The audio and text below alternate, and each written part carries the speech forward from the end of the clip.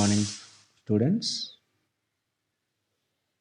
Last వీడియోలో మనం electrochemistry గురించి డీటెయిల్గా 8 మార్క్స్ 4 మార్క్స్ 2 మార్క్స్ క్వశ్చన్ చూసాం. Today we discussed about the most important questions, 4 marks and 2 marks questions, the chapter surface chemistry. మరి ఈ surface కెమిస్ట్రీలో ఎగ్జామినేషన్ పాయింట్ ఆఫ్ వ్యూలో మనకు 4 మార్క్స్ 2 మార్క్స్ క్వశ్చన్స్ వస్తాయి. అయితే ఇందులో ఒక 4 మార్క్స్ ఒక 2 మార్క్స్ తప్పనిసరిగా వస్తుంది. కాకపోతే కరోనా దృష్ట్యా ఇక్కడ మనకేంటంటే 2 టాపిక్స్ డిలీట్ చేయబడ్డాయి. అవేంటంటే 4.2 కెటాలసిస్,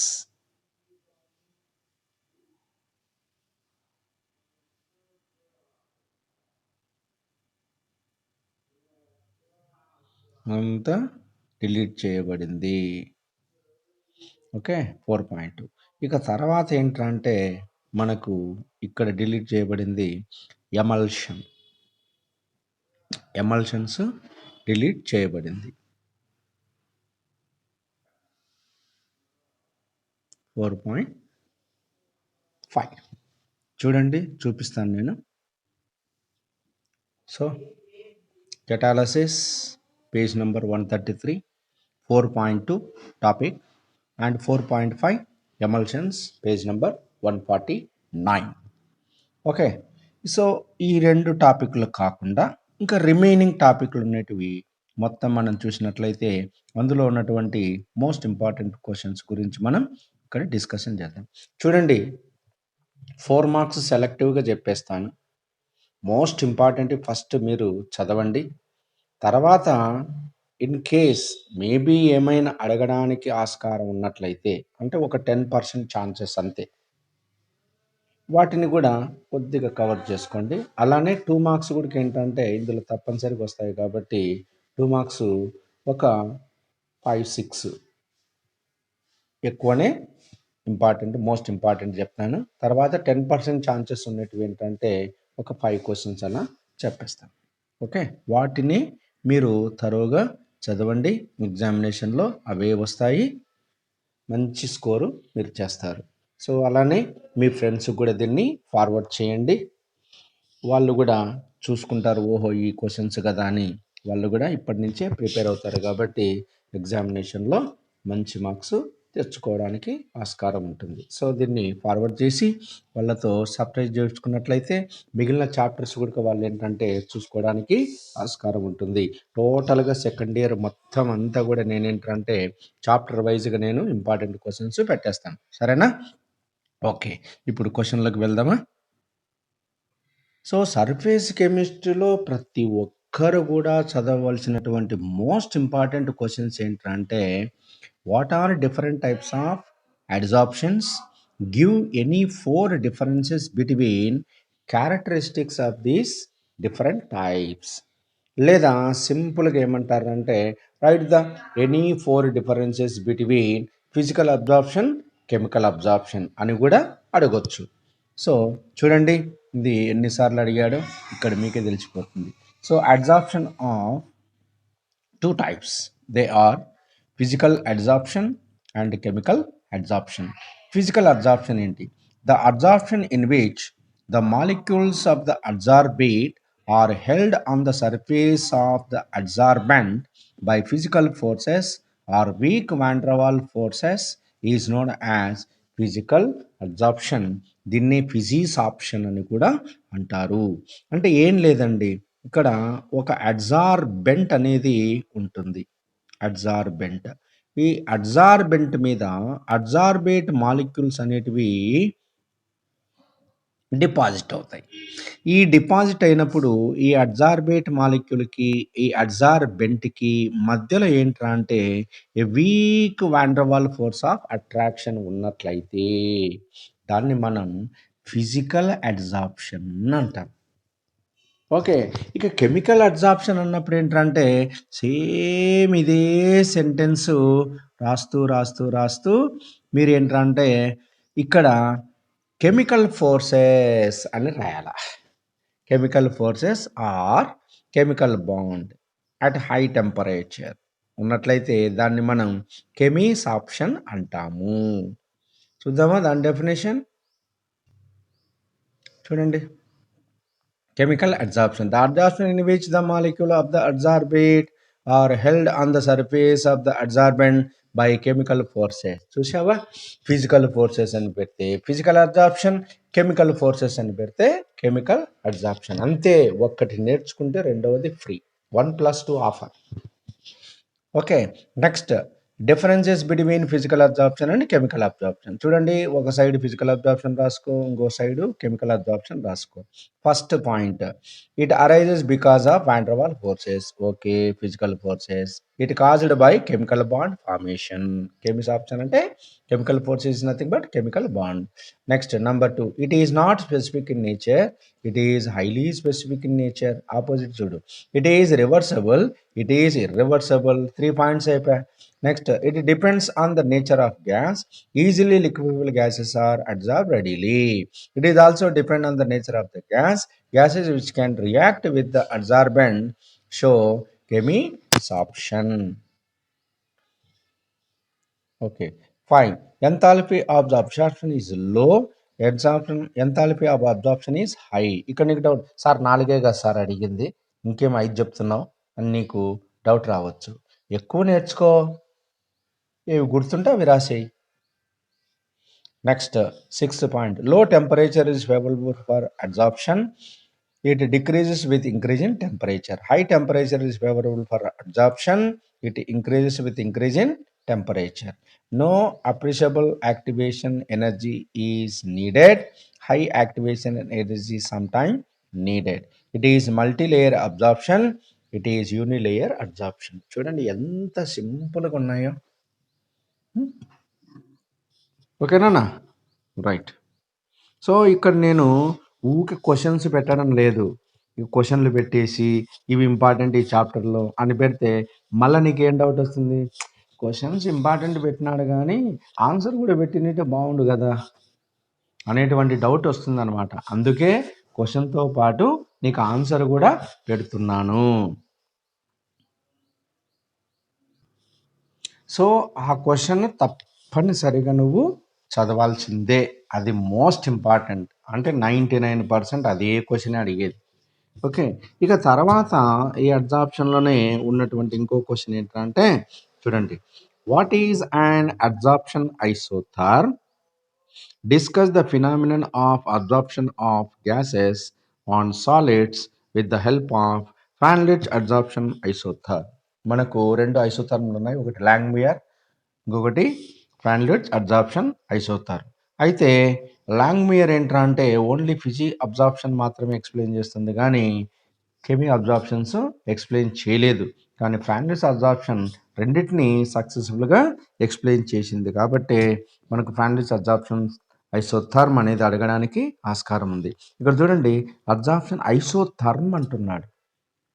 ఐసోథర్మ్స్ అంటే ఏంటి? గ్రాఫ్లు. ఎక్కడ గ్రాఫ్లు? At constant temperature. చూడండి, మనం ఫస్ట్ ఇయర్లో స్టేట్ ఆఫ్ మ్యాటర్లో ఐసోథర్మ్ అని చూసాం, బాయిల్స్ లాకు సంబంధించినటువంటి graph. A curve drawn between pressure and volume at constant temperature is called isotherm అన్నామా. ఇక్కడ కూడా ఏంటంటే అదే రిలేషనే.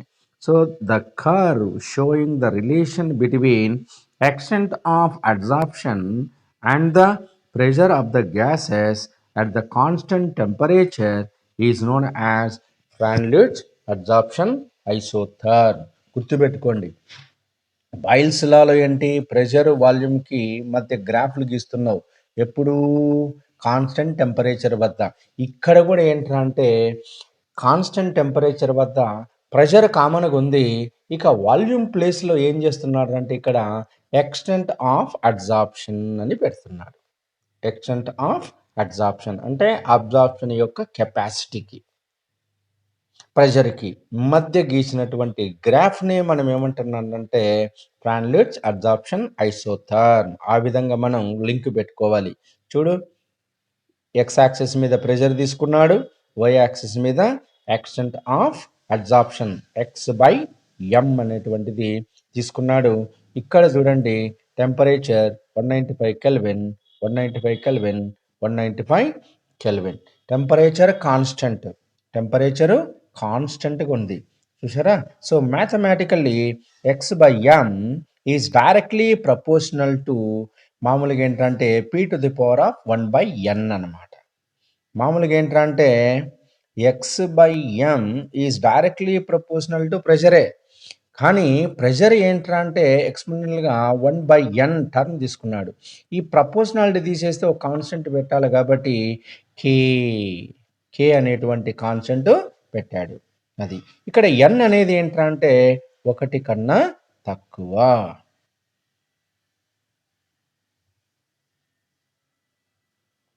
చూడు n ఈజ్ గ్రేటర్ దాన్ 1 అంటే 1 కన్నా ఎక్కువ. చూడు చూడండి wear P is equal to adsorption equilibrium pressure, X is equal to mass of adsorbate gas, M is equal to mass of adsorbent, Kn are constants. The curves in the graph indicate that at constant pressure there is decrease in physical absorption with increase in pressure. చూసారా. So pressure increase అయ్యే కొద్దీ physical absorption అనేది చూడండి decrease అయింది.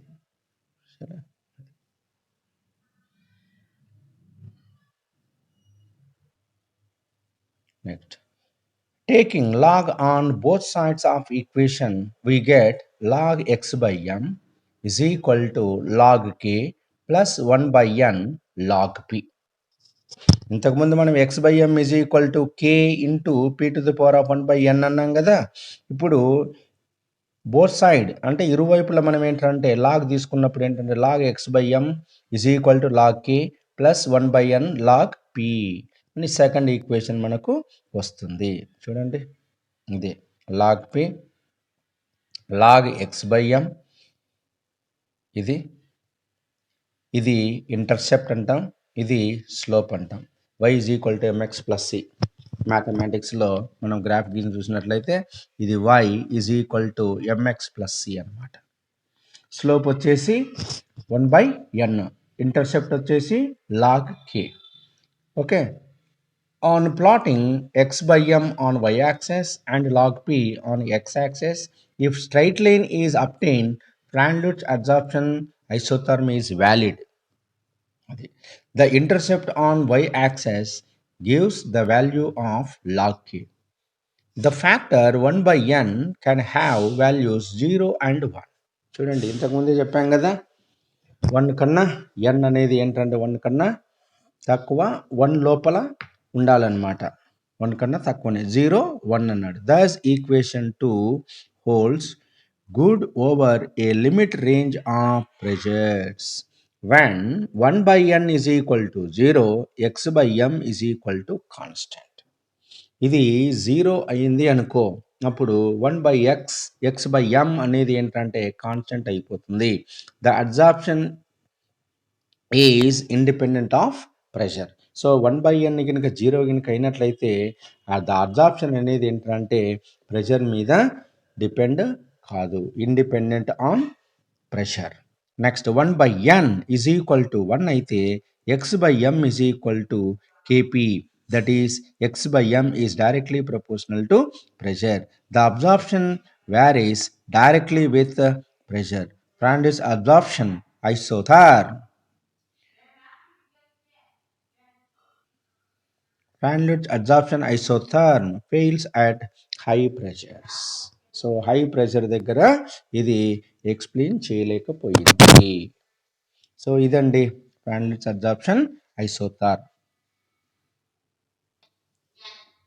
Next question అంటే ఇది maybe 10% chances కిందనే చూసుకోండి, కాకపోతే చాలా ఈజీ. చూడు, how are colloids classified on the basis of physical state of components. ఇప్పుడు కొలాయిడల్ సొల్యూషన్స్ అని classification of colloids on the basis of physical state of dispersed phase and dispersed medium. ఇక్కడ చూడండి డిస్పర్స్డ్ మీడియంను బేస్ చేసుకొని physical స్టేట్ని base చేసుకొని colloidal solutions ఎన్ని రకాలు, ఇక్కడ 8 టైప్స్ ఆఫ్ కొలాయిడల్ సొల్యూషన్స్ వస్తాయి. చూడండి, డిస్పర్స్డ్ మీడియం. ఇప్పుడు డిస్పర్స్డ్ ఫేస్ మొత్తం సాలిడ్ ఉంటుంది. డిస్పర్స్డ్ మీడియం ఏంటంటే 3 టైప్స్ ఉండొచ్చు. సాలిడ్ ఉండొచ్చు, లిక్విడ్ ఉండొచ్చు, గ్యాస్ ఉండొచ్చు, అట్లా. కాబట్టి సాలిడ్ ఉంటే సాల్ను కూడా మనం కొలాయిడల్ సొల్యూషన్ అంటాం. అంటే కొలాయిడ్ సొల్యూషన్స్ను సాల్ట్స్ అని కూడా అనవచ్చు. So some coloured glasses and gem stones example. Solid liquid, దీన్ని కూడా సాలే అంటాం. కాబట్టి paints, cell fluids. Solid gas, aerosol, smoke, dust. ఇక తర్వాత డిస్పర్స్డ్ ఫేస్ సాలిడ్ కాకుండా లిక్విడ్ కనుకున్నట్లయితే ఇక మొత్తం లిక్విడ్. ఓకే, ఇక్కడ డిస్పర్స్డ్ మీడియం మాత్రం మారుతుంది. అది సాలిడ్ కావచ్చు, లిక్విడ్ కావచ్చు, గ్యాస్ కావచ్చు. సో లిక్విడ్ సాలిడ్ జెల్ అంటాం. దాన్ని మనం చీజ్, బటర్, జెల్లీస్. లిక్విడ్ దీన్ని మనం ఎమల్షన్ అంటాం. Example milk, air cream. Next liquid gas aerosol అంటాం. దీన్ని ఫాగ్, మాయిస్ట్, క్లౌడ్. ఓకేనా, రైట్. ఇప్పుడు లిక్విడ్ అయిపోయింది. ఇక నెక్స్ట్ డిస్పర్స్డ్ ఫేస్. గ్యాస్ కావచ్చు. ఇక్కడ వైపు ఉండేది ఏంటంటే liquid, solid, liquid. So gas in solid sol, pumice stone, foam rubber.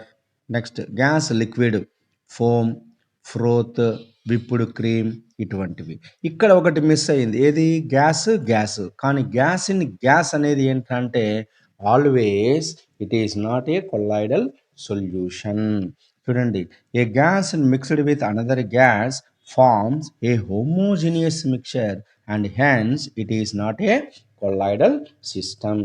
So homogeneous mixture కనుక ఏర్పడితే దాన్ని మనం సొల్యూషన్ అంటాం, కానీ కొలాయిడల్ సొల్యూషన్ అని అనము. Colloidal solution is nothing but రెండు డిఫరెంట్ ఫేసెస్ మనకు స్పష్టంగా కనిపించాలి. కనిపిస్తేనే కొలాయిడల్ సబ్స్టెన్స్ అంటాం. కనిపించకుండా కలిసిపోతే దాన్ని హోమోజీనియస్ మిక్చర్ అంటాం, దాన్ని సొల్యూషన్ అంటాం. ఇది గుర్తుపెట్టుకోండి. ఇది జస్ట్ ఒక 10% మాత్రం ఇంపార్టెంట్గా చూసుకోండి. నెక్స్ట్ మోస్ట్ ఇంపార్టెంట్ ఏంటంటే కొలాయిడల్ సొల్యూషన్స్లో how are colloids classified on the basis of interaction between dispersed phase and dispersed medium. Dispersed ఫేస్కి డిస్పర్స్డ్ మీడియంకి మధ్య ఉన్నటువంటి ఇంటరాక్షన్ని బేస్ చేసుకొని కొలాయిడల్ సొల్యూషన్స్ను ఎలా క్లాసిఫై చేస్తావు వివరించుము అంటాడు. లేదా ఇదే క్వశ్చన్ను ఇంకో విధంగా కూడా అడగొచ్చండి. ఆ క్వశ్చన్ ఏంటంటే what are lyophobic colloids and lyophilic colloids, give example and explain its stability అన్నాడు అనుకో, అప్పుడు ఇదే క్వశ్చనే మీరు రాయవచ్చు. సో 2 విధాలుగా అడిగితే కూడా లియోఫిలిక్, లియోఫోబిక్, ఎగ్జాంపుల్, దాని స్టెబిలిటీ అని అడిగినాడు అనుకోండి, ఇదే క్వశ్చనే రాసేయండి. చూడండి, depending upon the nature of interaction between dispersed phase and dispersed medium, the colloidal solutions can be classified into 2 types. Student, dispersed phase, dispersed medium ki madhya ఉన్నటువంటి ఇంటరాక్షన్ బట్టి 2 types. They are lyophilic colloids, lyophobic colloids. ఇక్కడ గుర్తుపెట్టుకోండి, lyophilic అన్నాడంటే philic is nothing but attraction, phobic is nothing but repulsion. అంతే, ఇది ఈజీగా గుర్తుపెట్టుకోండి. Philic is nothing but attraction, phobic is nothing but repulsion. So lyophilic colloids, the colloid solutions in which the particles of the dispersed phase have great affinity for the dispersion medium are called lyophilic colloids. అంటే ఈ dispersed face అనేది dispersed medium అంటే పడి సచ్చింది అనుకో, అంటే అదంటే నాకు ఇష్టము అని పడింది అనుకో, దాన్ని మనం లియోఫిలిక్ అంటాం. ఎగ్జాంపుల్ స్టార్చ్ సొల్యూషన్, జిలాటిన్, ఈ 2. చూడు, పేర్లు కూడా ఈజీగా ఉన్నాయి గుర్తుపెట్టుకోవడానికి, స్టార్చ్, జిలాటిన్, గమ్, ఇవి. నెక్స్ట్ లియోఫోబిక్ అన్నప్పుడు ఏంటంటే ఈ సెంటెన్స్ గుర్తుపెట్టుకోండి, నువ్వు మళ్ళీ కొత్తగా సెంటెన్స్ నువ్వు నేర్చుకోవాల్సిన అవసరం లే. ఇదే the colloid solution which there is no affinity ఇక్కడేమో గ్రేట్ అఫినిటీ అంటున్నాడు, ఇక్కడ ఏంట్రా అంటే no affinity between particles of dispersed phase and dispersed medium are called lyophobic colloids. నువ్వు అనుకోవచ్చు సార్ అఫినిటీ పైకి వచ్చింది కదా, సరే ఇదే తీసుకున్నాం. The colloid solutions in which the particles of the dispersed phase and have no affinity for the dispersion medium are called lyophobic, అట్లా కూడా రాయొచ్చు. సరేనా? Okay. Example metal sols, gold sol కానీ గోల్డ్ సాల్, అది గుర్తుపెట్టుకో. నెక్స్ట్ AS2SO3 సాల్, arsenic sulphide అనమాట. నీకు ఈ ఫార్ములా గుర్తు రాకపోతే సింపుల్గా ఏంటంటే గోల్డ్ సాల్ అని పెట్టేసుకో, ఐరన్ సాల్ అని పెట్టేసి మెటల్ పేరు రాసేసేయి. Okay right. ఇక తర్వాత ఏంటి, స్టెబిలిటీ వచ్చినప్పుడు ఏంటంటే lyophilic is more stable than lyophobic colloids అని రాసేయండి. చూడండి, lyophilic colloids are more stable and reversible in nature. Lyophobic colloids are less stable and irreversible nature. ఇంతవరకు రాస్తే చాలు, గుర్తుపెట్టుకోండి. Lyophilic lyophobic colloids classification with example stability అని అన్నాడా, ఈ క్వశ్చన్ రాసేయండి. ఓకే.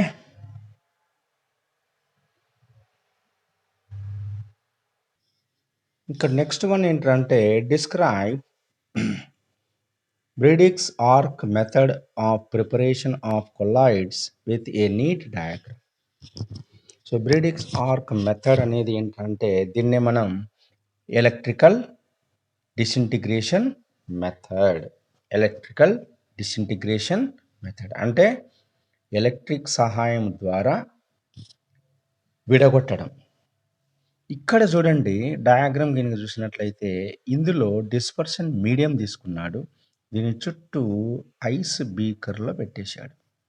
ఇది ఒక బీకరు, ఈ బీకర్ చుట్టూ కొంత ఐస్ లేదా ఇంకొక బీకర్ పెట్టేశాడు, దాని చుట్టూరా ఏంటంటే ఐస్ పీసెస్ పెట్టేశాడు. ఈ డిస్పర్షన్ మీడియంలోకి ఎలక్ట్రోడ్స్ని పెట్టేశాడు. ఎలక్ట్రోడ్స్, ఈ ఎలక్ట్రోడ్స్కి ఎప్పుడైతే నువ్వు ఎలక్ట్రిసిటీ వేసేస్తావో డిస్పర్షన్ మీడియంలో ఉన్నటువంటి ఈ ఏవైతే ఉన్నాయో ఈ ఆర్క్ ఎలక్ట్రోడ్స్ నుంచి మనకు గోల్డ్ పార్టికల్స్ అనేటివి ఆ కొల్లాయిడల్ సైజ్తో పడిపోతూ ఉంటాయి. చూడండి, this process involve dispersion as well as condensation. This is the mechanism. ఈ ప్రాసెస్లో మనకు ఏమవుతుందంటే డిస్పర్షన్ జరుగుతుంది, కండెన్సేషన్ జరుగుతుంది. Dispersion as well as condensation. Colloidal salts of metals such as gold, silver, platinum, etc. are prepared by this method. కాబట్టి మనం gold sol కానీ platinum సాల్ కానీ సిల్వర్ కానీ ఇటువంటి మెటల్ సాల్ట్స్ను మనం ప్రిపేర్ చేయడానికి this method is useful. In this method, electric arc is struck between electrodes of the metal immersed in the dispersion medium. చూడండి, ఈ డిస్పర్షన్ మీడియంలోకి ఎలక్ట్రోడ్స్ అనేటువంటి మెటల్స్ను అక్కడ డిప్ చేస్తారు. నీకు ఏ మెటల్ సాల్ కావాలి అంటే ఆ మెటల్కి సంబంధించినటువంటి electrodes. The intense heat produced vaporizes the metal, then condenses to form particles of colloidal size.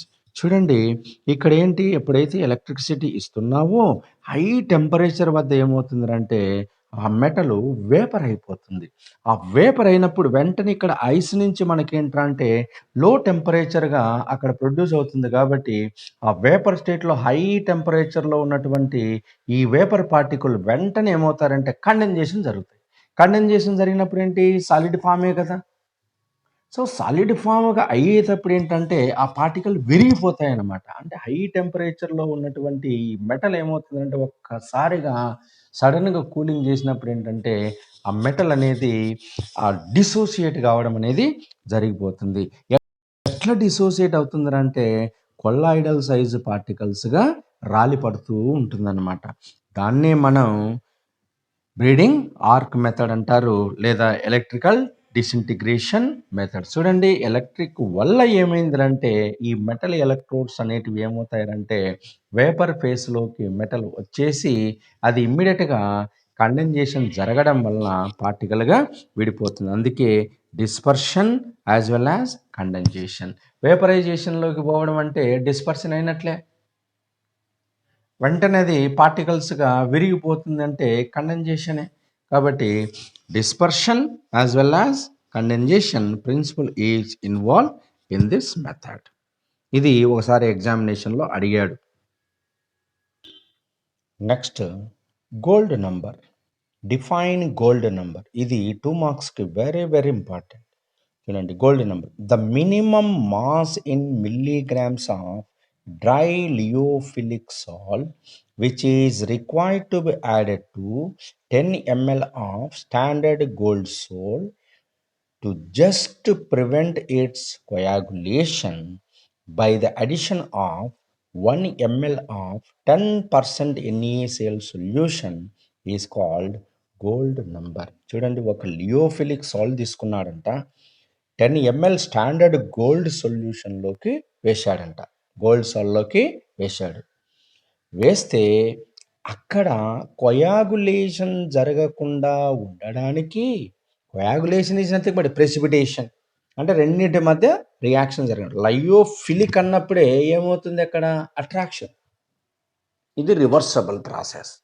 మరి ఈ లియోఫిలిక్ సాల్ట్ ఏమవుతుందంటే గోల్డ్ సాల్ట్తో అట్రాక్షన్ జరిగేటువంటి అవకాశం ఉంది. అది ప్రెసిపిటేట్ కాకుండా, దాన్ని మనం కొయాగులేషన్ కాకుండా ప్రివెంట్ చేయడానికి, అంటే జరగకుండా చూడడానికి బై ద అడిషన్ ఆఫ్, దాన్ని కొంచెం కలపాలి. ఏది 1 ml ఆఫ్ 10% ఎలక్ట్రోలైట్. ఆ ఎలక్ట్రోలైట్ ఏదంటే NaCl. So 1 ml of 10% NaCl solution is called gold number. అంటే ఒక లియోఫిలిక్ సాల్ట్ను 10 ml గోల్డ్ సాల్ట్కు యాడ్ చేసినప్పుడు ఆ రెండింటి మధ్య కొయాగులేషన్ ప్రివెంట్ కావడానికి మనం కలిపేటువంటి 1 ml 10% NaClని మనం గోల్డ్ నంబర్ అంటాం, gold number. So the smaller the gold number, the greater it's protective power. చూడండి ప్రొటెక్టివ్ కొల్లాయిడ్స్ ఏమున్నాయంటే, ఒకటి జిలాటిన్, గోల్డ్ నెంబర్ చాలా తక్కువ, అన్నిటికన్నా తక్కువ గోల్డ్ నెంబర్ ఉండేది ఏంటంటే జిలాటిన్. నెక్స్ట్ తర్వాత హీమోగ్లోబిన్ 0.03. ఈ రెండు ఎగ్జాంపుల్ రాస్తే చాలు. Okay. Next one, what are micelles? Discuss the mechanism of micelle formation and cleaning action of soap. ఈ క్వశ్చన్ మీకు 10th క్లాస్లోనే ఉంది కాబట్టి ఇక్కడ ఇది చాలా ఈజీ అయిపోతుంది. సో ఇందులో మనకు సపరేట్గా what are micelles, give example అని 2 మార్క్స్ కూడా అడగొచ్చు. కాబట్టి ఈ క్వశ్చన్ ఏంటంటే 2 మార్క్స్కి అదేవిధంగా 4 మార్క్స్కి important. So mechanism of micelle formation చూడండి. A colloidal sized particle formed in water by the association of normal simple molecule each having hydrophilic end and hydrophobic end is called missile or associated colloid. చూడండి ఇందులో ఏంటంటే ఈ colloidal sized particles వాటర్లో ఏమవుతుందంటే normal simple మాలిక్యూల్గా ఉండి association జరిగి, ఈ association ఎట్లా జరుగుతాయి, ఇందులో ఉన్నటువంటి చూడండి ఇట్లా ఉంటుంది అనమాట. This is the associated colloidal particle, normal simple molecule. ఈ నార్మల్ సింపుల్ మాలిక్యూల్ ఎలా ఉన్నాయి, హైడ్రోఫిలిక్ అండ్ హైడ్రోఫోబిక్. ఇది హైడ్రోఫిలిక్, ఇది హైడ్రోఫోబిక్. మీరు కావాలంటే ఇక్కడ హైడ్రోఫిలిక్ హెడ్ అని పెట్టుకోవచ్చు, హెడ్, హైడ్రోఫోబిక్ టెయిల్, తోక, ఇది తల, ఇది తోక, ఇట్లా కూడా రాసుకోవచ్చు. So a colloid sized particle చూడు ఫార్మ్డ్ ఇన్ వాటర్ ఒక కొల్లాయిడల్ సైజ్ పార్టికల్ ఫామ్ కావాలంట. ఎట్లా ఫామ్ అవుతుంది? By the association of normal simple molecules, ఇది normal simple molecule, each having a hydrophilic head and hydrophobic tail is called micelle or associated colloid. చూడండి, ఒక మిజల్లో దాదాపుగా 100 కన్నా ఎక్కువ ఈ సింపుల్ మాలిక్యూల్స్ అనేటివి అసోసియేషన్ జరిగి ఉంటాయి. చూడండి, second point, soap is example. Missile అనేది డెఫినేషన్ కదా, ఎగ్జాంపుల్ ఏది అన్నాడంటే సోప్ అని రాయండి, అయిపోయా. 2 మార్క్స్కి అయితే అట్లా. ఇక్కడ సెకండ్ పాయింట్ ఏంటి? Soap is sodium salt of higher fatty acid like sodium stearate. So soap అనేది ఏంటంటే సోడియం సాల్ట్ అయినటువంటి higher fatty acid. Example sodium stearate అన్నాడు. దీని formula C17H35COONA. Third point, when sodium stearate is dissolved in water it gives Na+ and C17H35COO minus ions. ఇప్పుడు ఈ C17H35COO minus అయాన్నే మనం ఏంటంటే simple మాలిక్యూల్గా మనం తీసుకోవచ్చు. C17H35 వరకు మనం దాన్ని హైడ్రోఫోబిక్ టెయిల్ అని, తోకని, ఈ CO మైనస్ మనం హైడ్రోఫిలిక్ హెడ్ అని. ఎందుకంటే మైనస్ కాబట్టి ఇదేంటంటే ప్లస్తో అట్రాక్షన్ జరుగుతుంది. సో అఫినిటీ ఉంది కాబట్టి ఫిలిక్ అని, అఫినిటీ లేదు కాబట్టి దీన్ని మనం టెయిల్ అని, హైడ్రోఫోబిక్ పార్ట్ అని మనం అంటాం. చూసావా? ఇప్పుడు ఇవి చూడండి, ఇవంతా కూడా ఏంటంటే ఇలా ఇలా ఇలా ఇలా ఉండేటివన్నీ కూడా ఏంటంటే ఇది ఒక అసోసియేషన్ అనమాట. This is called ionic micelle. ఎందుకంటే అయాన్స్తో ఉంది కాబట్టి దీన్ని అయానిక్ మిజల్ అంటాం. Sodium stearate ion Na+. చూడండి, fourth one, stearate ion contains hydrophobic and hydrophilic end. ఇక్కడ హైడ్రోఫోబిక్ ఎండ్, హైడ్రోఫిలిక్ ఎండ్ అనకుండా మనం ఏంటంటే హైడ్రోఫోబిక్ టెయిల్, హైడ్రోఫిలిక్ హెడ్ అంటే చాలా చక్కగా ఉంటుంది. ఓకే, లేదా ఇక్కడ బ్రాకెట్లు చూపించాడు కాబట్టి సరిపోతుంది. Next fifth point, at certain micelle concentrations the CO minus ions are pulled into the bulk of the solution and are aggregated to form a spherical shape which their hydrocarbon chains pointing towards the center of sphere with CO minus part remaining outward on the surface of the sphere. చూడండి, ఇక్కడ లోపలికి ఈ tail part అనేది చొచ్చుకొని పోయింది, ఈ head part అనేది బయట ఉంది. చూడండి, the aggregate that formed is called ionic missile. ఆ విధంగా ఏర్పడేదాన్ని మనం మిజల్ అంటాం. Cleaning action of soap is due to the fact that soap molecules are formed in mizzles around the oil droplets or grease droplet in such a way that hydrophobic part of stearate ions is in the oil droplet and hydrophilic part projects out of the grease droplet like the bristles. So మనం cleaning action of soap కింద చూసినట్లయితే అంటే oil మరకలు పడినప్పుడు, గ్లీజ్ మరకలు పడినప్పుడు, లేదా బట్టలు ఉతకడానికి మనం ఉపయోగించేటువంటి మెకానిజం ఏంటంటే ఇదే.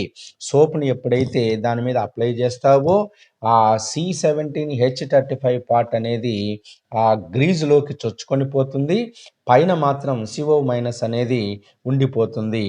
ఆ టెయిల్ పార్ట్ ఏదైతే ఉంటుందో దాని మీద గ్రీజ్ అనేది డిపాజిట్ అవుతుంది.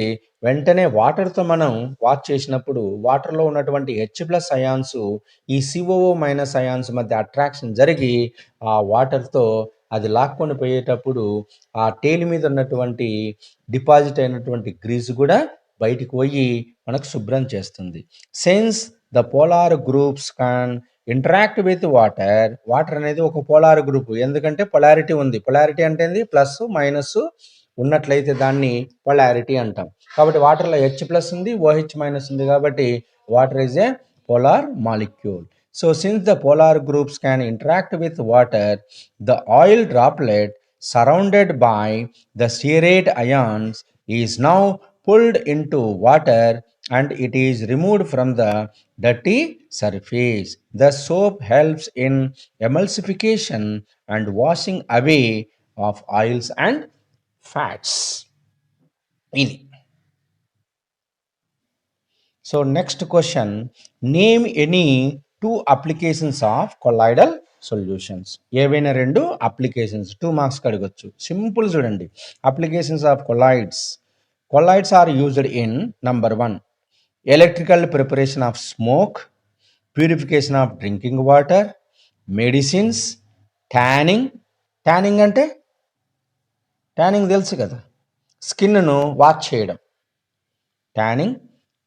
And cleaning action of soap and detergents. ఇందులో నీ ఇష్టం ఎనీ టూ రాసేస్తే సరిపోతుంది.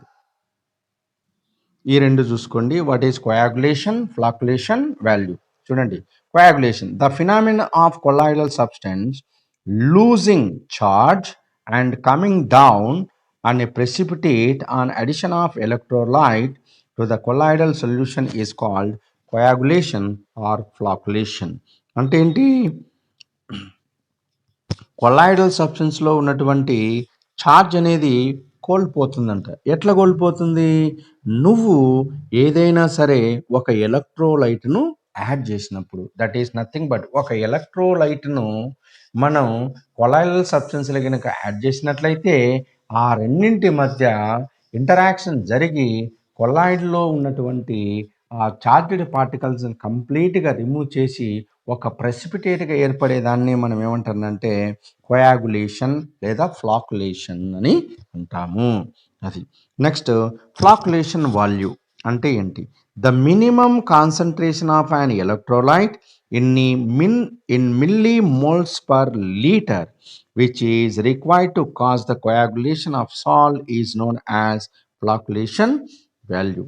So the minimum concentration of an electrolyte, చూడండి, కొద్దిపాటి మినిమం క్వాంటిటీతో ఉన్నటువంటి ఎలక్ట్రోలైట్ను మిల్లీమోల్స్ పర్ లీటర్లో ఉన్నటువంటి కొలాయిడల్ సొల్యూషన్స్లో వేసినప్పుడు అది కొయాగులేషన్ కనుక జరిగినట్లయితే దాన్ని మనం ఫ్లాకులేషన్ వాల్యూ అంటాం.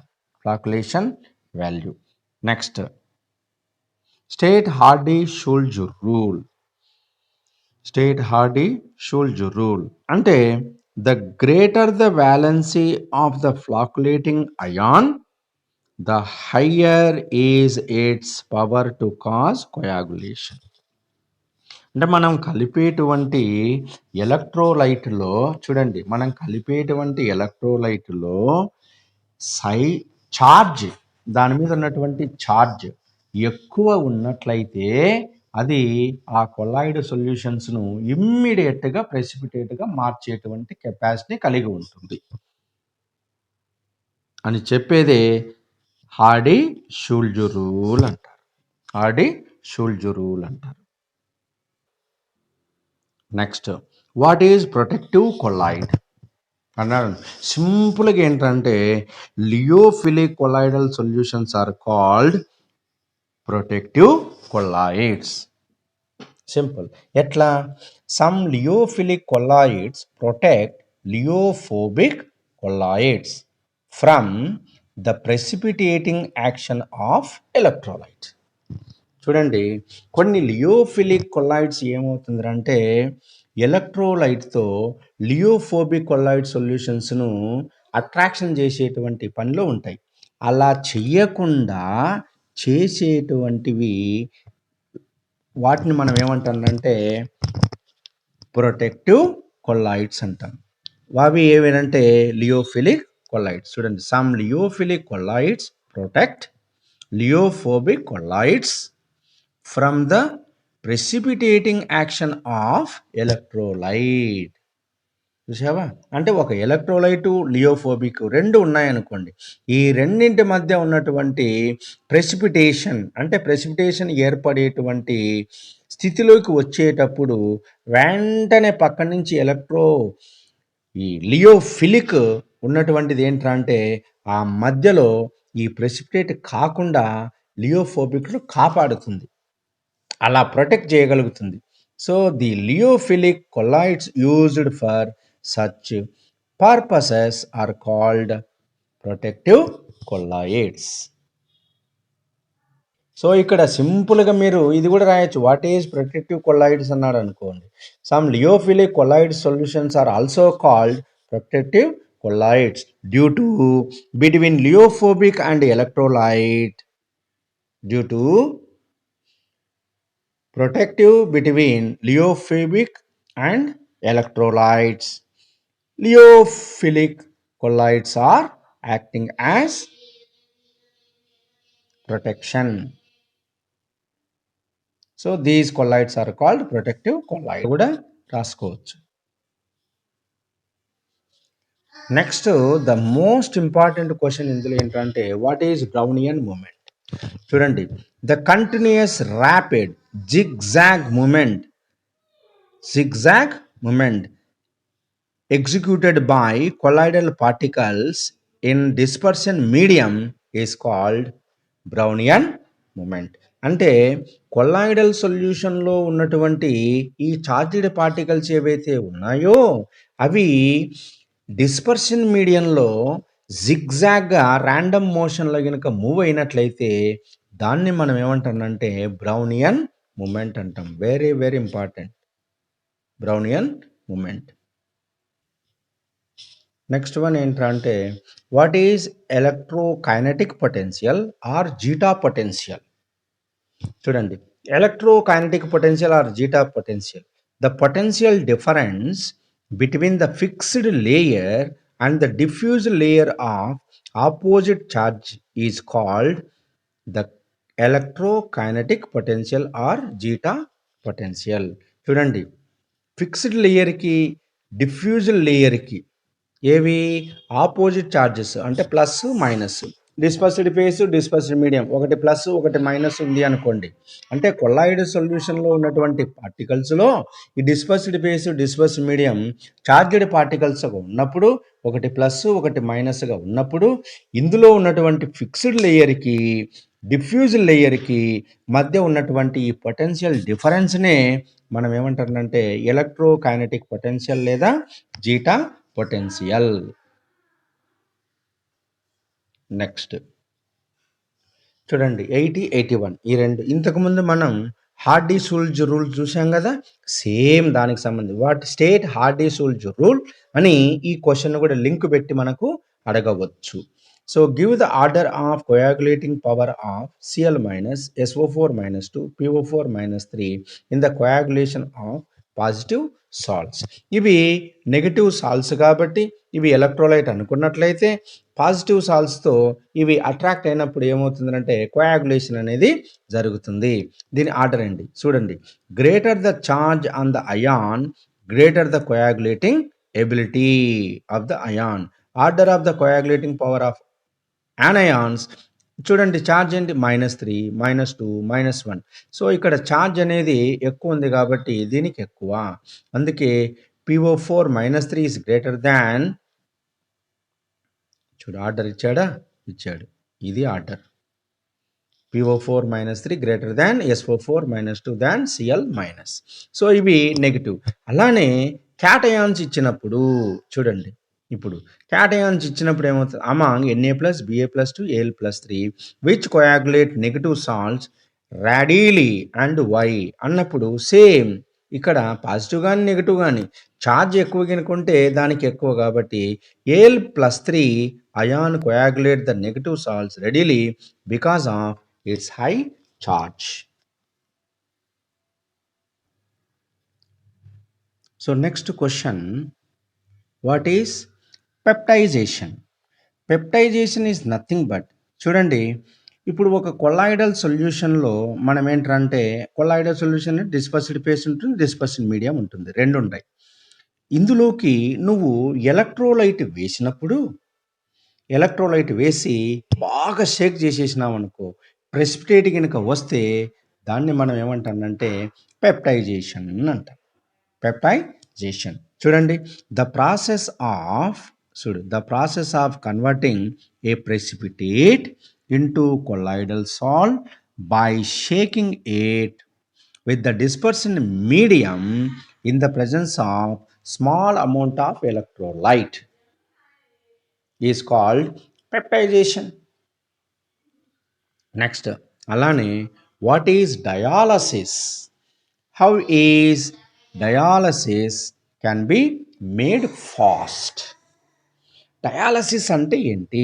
డయాలసిస్ అంటే ఏం లేదు, చూడండి, ఒక కొల్లాయిడల్ సొల్యూషన్ కనుక తీసుకుంటే అందులో ఇంప్యూరిటీస్ కనుక ఏవైనా కనుక ఉన్నట్లయితే వాటిని మనం తొలగించాల. అంటే ఇప్పుడేంటి, ఈ కొల్లాయిడల్ సొల్యూషన్లో ఈ ఇంప్యూరిటీ అనేది ఏంటంటే బాగా డిజాల్వ్ అయిపోయి ఉంటుంది. ఆ డిజాల్వ్ అయిన దాన్ని మనం కంప్లీట్గా తొలగించాలి. ఎట్లా తొలగిస్తాం? ఈ కొల్లాయిడల్ సొల్యూషన్ను, ఇంప్యూరిటీ ఉన్నటువంటి కొల్లాయిడల్ సొల్యూషన్ను మనము ఒక మెంబ్రెయిన్, అంటే సెమీ పెర్మిబుల్ మెంబ్రెయిన్, ఆ మెంబ్రెయిన్ గుండా పంపించినట్లయితే అది మనకు సపరేట్ అయిపోతుంది. ఆ మెంబ్రెయిన్ గుండా సపరేట్ చేసేటువంటి దాన్ని మనం ఏమంటామంటే డయాలసిస్ అంటాం. చూడండి, the process of removing A dissolved substance from a colloidal solution using a suitable membrane is called dialysis. అది డయాలసిస్కి డెఫినేషన్. అయితే తర్వాత ఏమన్నాడు, ఇది ఫాస్ట్గా జరగాలి అంటే ఎలా చేయాలి? So dialysis is made faster by applying an EMF, electromotive force, that is nothing but current. If the dissolved substance in the impure colloidal solution is an electrolyte, the process is called electrodialysis.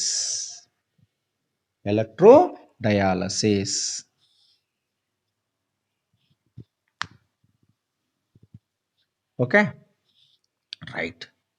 తర్వాత ఏంటంటే ఇది what is collodion solution?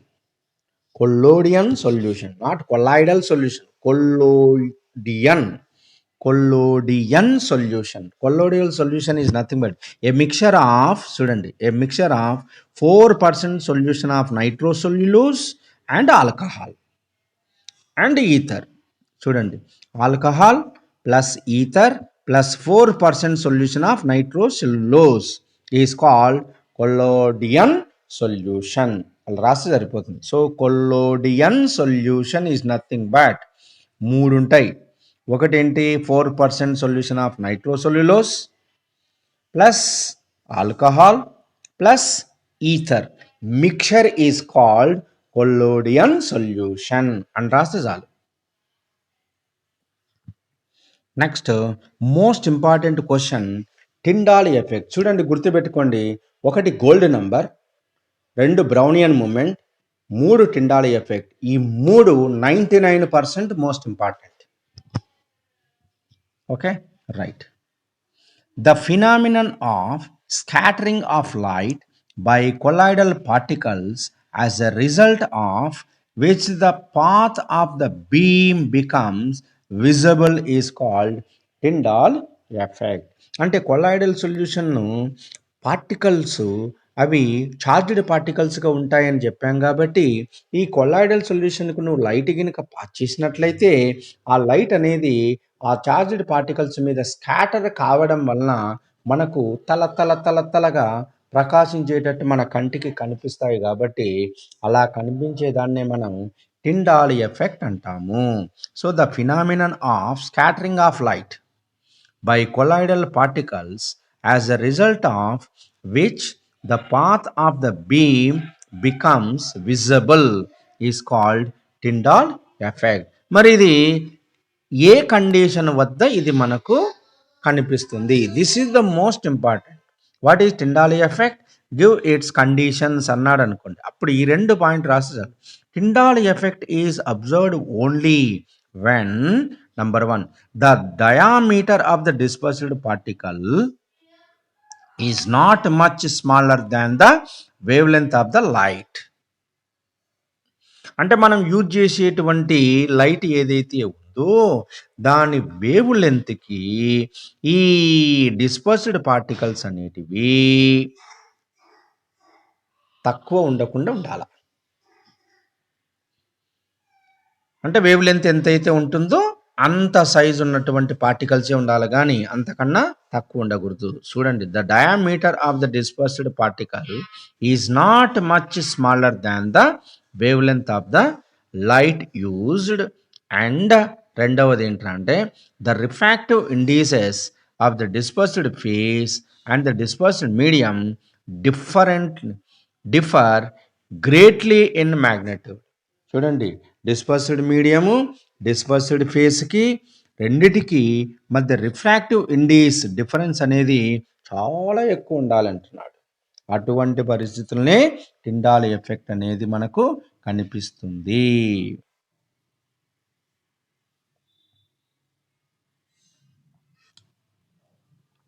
చూడండి, what are లియోఫిబిక్, ఇది మనం చూసాం కాబట్టి no problem. ఇప్పుడు ఏంటంటే explain the terms with suitable example. Aerosol, hydrosol. Aerosol అంటే ఏంటి, హైడ్రోసాల్ అంటే ఏంటి? చూడండి, aerosol a colloidal solution having gas as the dispersion medium.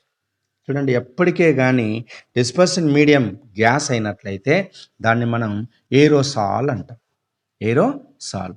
And solid or liquid as a dispersed phase is called aerosol. Example fog, moisture, smoke, dust.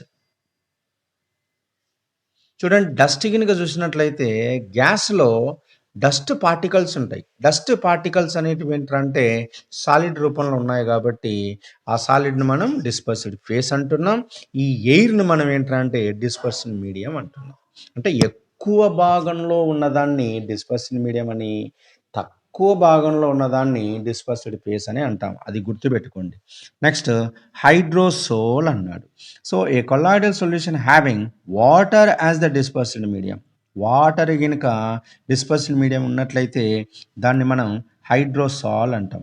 And solid as the dispersed phase is called hydrosol. ఒకవేళ ఇక్కడ water కాకుండా alcohol కనుక dispersion medium కనుక ఉన్నట్లయితే దాన్ని ఆక్వాసాల్ అంటాం.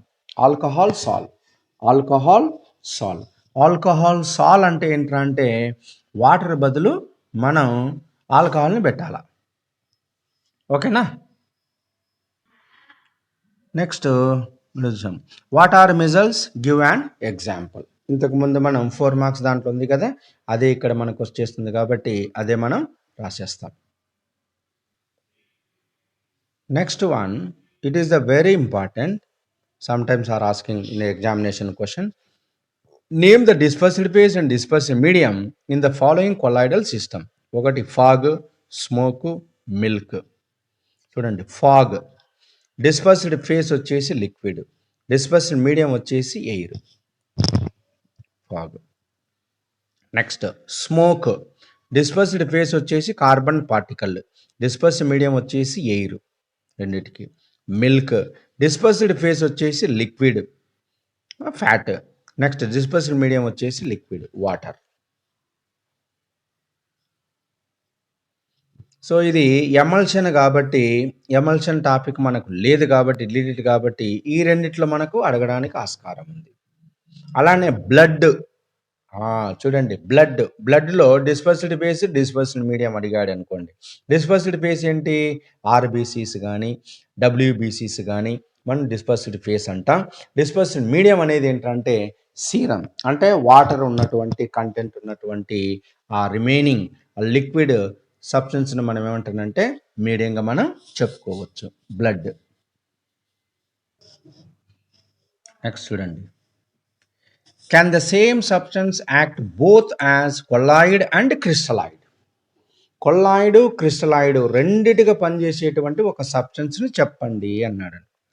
Yes, a particular substance would be a crystalloid in one solvent and collide in other solvent. అంటే క్రిస్టలాయిడ్గా కొల్లాయిడ్గా రెండిటిగా పనిచేసేటువంటి ఛాన్సెస్ ఉందా అంటే ఎస్ ఉంది. ఏంటంటే ఒకటి క్రిస్టలాయిడ్గా ఒక సాల్వెంట్లో ఉంటుంది, కొల్లాయిడ్గా ఇంకో సాల్వెంట్లో ఉంటుంది. దానికి ఎగ్జాంపుల్ ఏదిరా అంటే NaCl, ఉప్పు, మనం తీసుకునేటువంటి ఉప్పు. సో NaCl అక్వస్ సొల్యూషన్ ఏంటంటే క్రిస్టలాయిడ్గా ఉంటుంది. ఎందుకు? NaCl వాటర్లో కలిసిపోతుంది, దాన్ని క్రిస్టలైజేషన్ చేస్తే మళ్ళీ ఉప్పు మన బయటికి వచ్చేస్తుంది, దాన్ని క్రిస్టలాయిడ్ అంటాం. While in benzene it behave as colloid. బెంజిన్లో ఏమవుతుందంటే ఇది కొల్లాయిడ్గా పనిచేస్తుంది.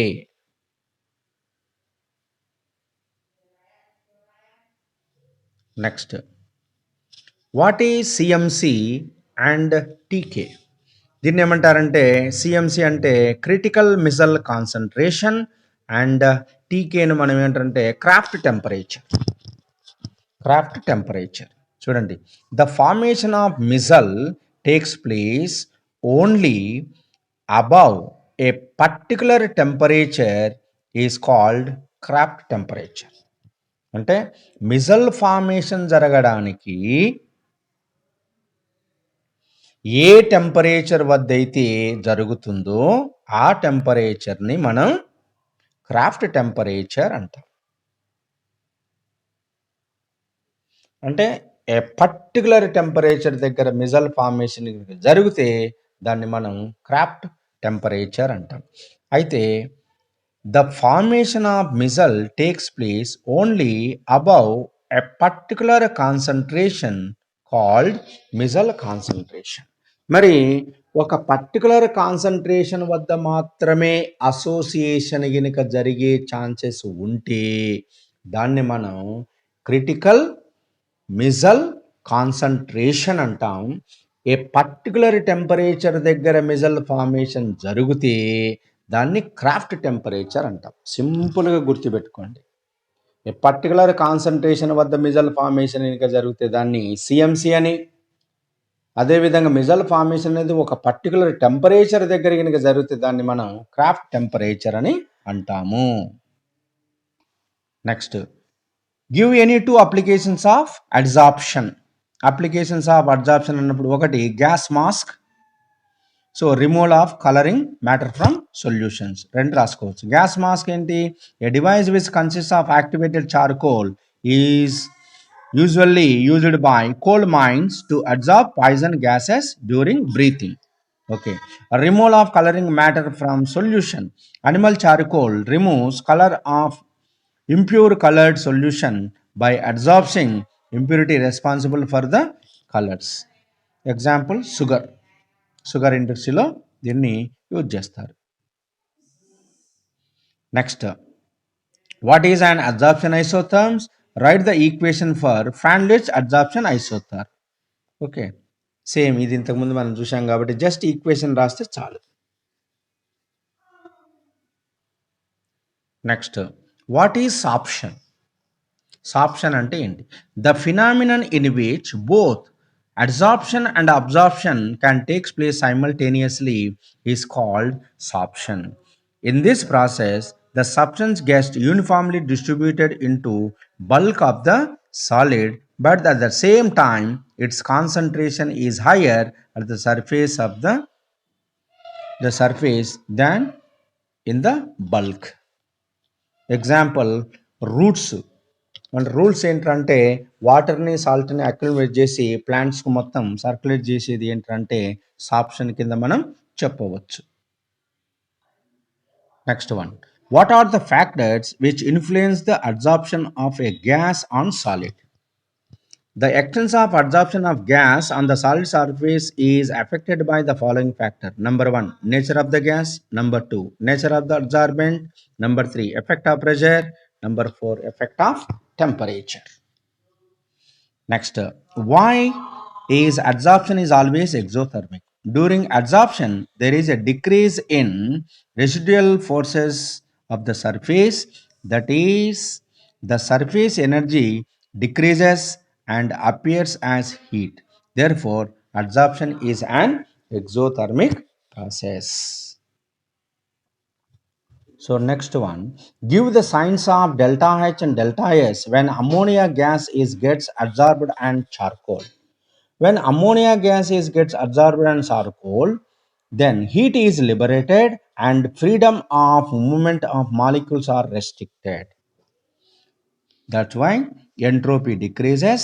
Therefore, delta H is negative and delta S is negative. చూడండి, entropy is nothing but random of movement. అంటే మూమెంట్ అనేది ఎక్కువ ఉన్నట్లయితే ఎంట్రోపీ ఎక్కువ ఉన్నట్లు, తక్కువ ఉన్నట్లయితే ఎంట్రోపీ తక్కువ ఉన్నట్లు. ఓకే, నెక్స్ట్ ఎనర్జీ రిలీజ్ అయితే దాన్ని మనం ఎగ్జోథర్మిక్ అంటాం.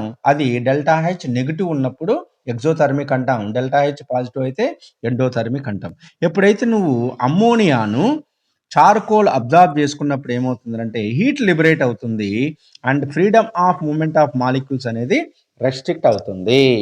సో రెస్ట్రిక్ట్ అవుతుంది అంటే మూమెంట్ లేనట్లే, అంటే ఎంట్రోపీ తక్కువ. ఎంట్రోపీ తక్కువ is nothing but negative and heat liberated అన్నాడు కాబట్టి డెల్టా హెచ్ నెగిటివ్. నెక్స్ట్ చూడండి, the critical temperature of SO2 is 630 kelvin and that of CH4 is 190 kelvin which is absorbed easily and activated charcoal why అన్నాడు అనుకో. చూడండి, ఇలా ఇచ్చినప్పుడు ఎక్కువ temperature దేనికైతే ఉంటుందో అది ఈజీగా అబ్జార్బ్ అవుతుంది, తక్కువ టెంపరేచర్ అనేది అబ్జార్బ్ కాదు. ఎక్కువ టెంపరేచర్ ఉన్నదాన్ని ఏంటంటే క్రిటికల్ టెంపరేచర్ అంట. చూడండి, SO2 gas easily absorbed and activated charcoal. This is due to critical temperature of SO2 630 is higher than that of methane. Next 24, easily liquefiable gases are readily absorbed on solid. Why అన్నాడు అనుకోండి. Easily liquefiable gases are readily absorbed on solids due to van der Waals force of attraction is stronger near the critical temperature. అంటే van der Waals force of attraction అనేది ఆ critical temperature దగ్గర ఎక్కువ ఉంటుంది కాబట్టి liquid గ్యాసెస్కి ఎక్కువ. Next అలానే among SO2 H2 which will be absorbed more readily on the surface of the charcoal and why అన్నాడు అనుకోండి. చూడండి, ఇలా ఇచ్చినప్పుడు SO2 H2లో రెండిట్లో ఏంటంటే SO2కి క్రిటికల్ టెంపరేచర్ ఎక్కువ, H2కి క్రిటికల్ టెంపరేచర్ తక్కువ. నెక్స్ట్ రెండవది ఏంటంటే SO2 polar molecule, H2 is non polar molecule. So polar molecule polarity ఉంది కాబట్టి ఈజీగా అట్రాక్ట్ అవుతుంది అబ్జార్బెంట్ మీద, కాబట్టి అబ్జార్ప్షన్ ఈజీగా జరుగుతుంది. ఇది ఆన్సర్. చూద్దాం. చూడండి, among SO2 H2 SO2 gas absorb more readily on the surface of the charcoal because critical temperature of SO2 is more than that of H2. That's all. Next compare the enthalpy of absorption physisorption and chemisorption. ఇది డిఫరెన్సెస్లో చూసాం కాబట్టి physics ఆప్షన్కు తక్కువ ఉంటుంది and కెమిస్ ఆప్షన్కి ఎక్కువ. That's all. So ఇవ్వండి most important questions. 2 marks చూశారు కదా, కొన్ని ఎక్కువ ఉన్నా కొన్ని చాలా సింపుల్గానే ఉన్నాయి కాబట్టి ఈజీగా మనం గుర్తుపెట్టుకోవచ్చు. 4 మార్క్స్ కూడా ఏంటంటే చాలా ఈజీగానే ఉన్నాయి కాబట్టి ఇవి కూడా మీరు చూసుకోండి. ఇది సర్ఫేస్ కెమిస్ట్రీ అనమాట. నెక్స్ట్ వీడియోలో నెక్స్ట్ చాప్టర్కి వెళ్దాం. అదే పీ బ్లాక్ కన్నా లేకపోతే డి బ్లాక్ ఎలిమెంట్స్ కన్నా వెళ్దాం. ఓకేనా? సో ఈ వీడియోను అందరికీ మీ ఫ్రెండ్స్కి పాస్ చేయండి, సబ్స్క్రైబ్ చేయించండి. Okay, bye. నెక్స్ట్ వీడియోలో కలుసుకుందాం.